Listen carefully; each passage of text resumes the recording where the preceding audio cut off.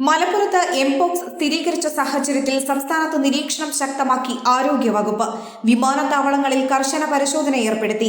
രോഗം സ്ഥിരീകരിച്ച രാജ്യങ്ങളിൽ നിന്ന് എത്തുന്നവർ രോഗലക്ഷണങ്ങൾ കണ്ടാൽ റിപ്പോർട്ട് ചെയ്യാൻ ആരോഗ്യവകുപ്പ് നിർദ്ദേശം നൽകി. സർക്കാർ സ്വകാര്യ ആശുപത്രികൾ പ്രോട്ടോകോൾ പാലിക്കണമെന്നും ആരോഗ്യവകുപ്പ് ആവശ്യപ്പെട്ടു.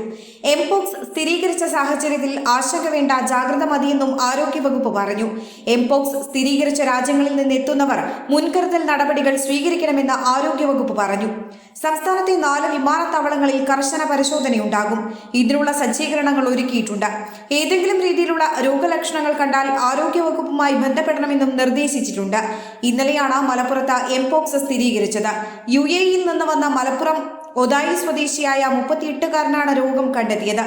ചിക്കൻ പോക്സിന് സമാനമായ രോഗലക്ഷണങ്ങൾ കണ്ടതിനെ തുടർന്ന് മഞ്ചേരി മെഡിക്കൽ കോളേജിലെ ത്വക്ക് രോഗ വിഭാഗത്തിലാണ് ചികിത്സ തേടിയത്.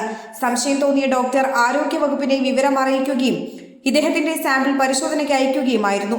ഇദ്ദേഹവുമായി സമ്പർക്കം പുലർത്തിയവരെ ഐസൊലേഷൻ വാർഡിലേക്ക് മാറ്റി.